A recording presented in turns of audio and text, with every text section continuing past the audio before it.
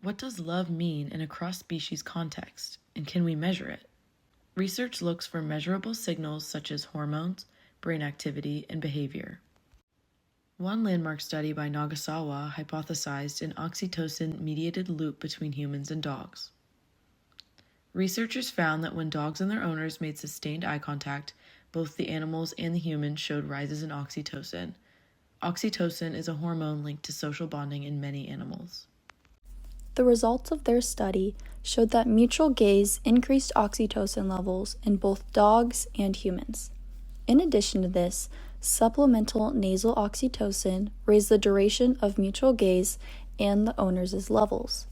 The authors state that these results support the existence of a self-perpetuating oxytocin-mediated positive loop in human-dog relationships that is similar to that of human mother-infant relations.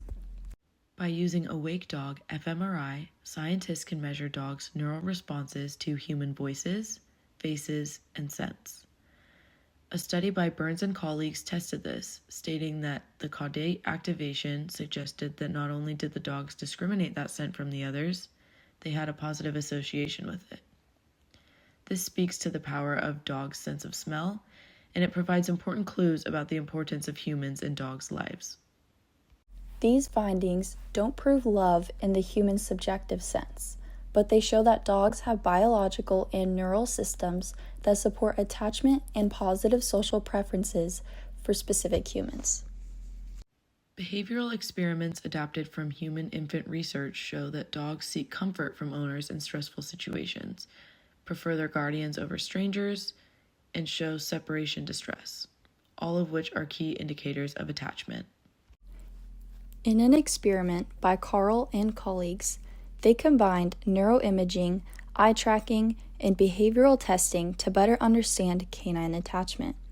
Neuroimaging explored areas of the brain that are activated when presented with a caretaker, familiar person, and a stranger, with both happy and sad expressions.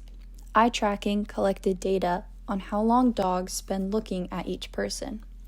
Lastly, behavioral preferences measured how long dogs spent on the side of the room that each person had. The authors stated that when taken together, the results of the 3 experiments provide suggestive evidence for attachment-like neural, visual, and behavioral responses to the face of the human caregiver. Importantly, the relationship is reciprocal. Dogs' behavior can increase owners' oxytocin and well-being, and humans respond with care, creating a feedback loop that strengthens the bond. So, do dogs truly love us? Science suggests they form genuine, biologically grounded attachments to people. It may not be identical to human ideals of love, but it is measurable and deeply reciprocal.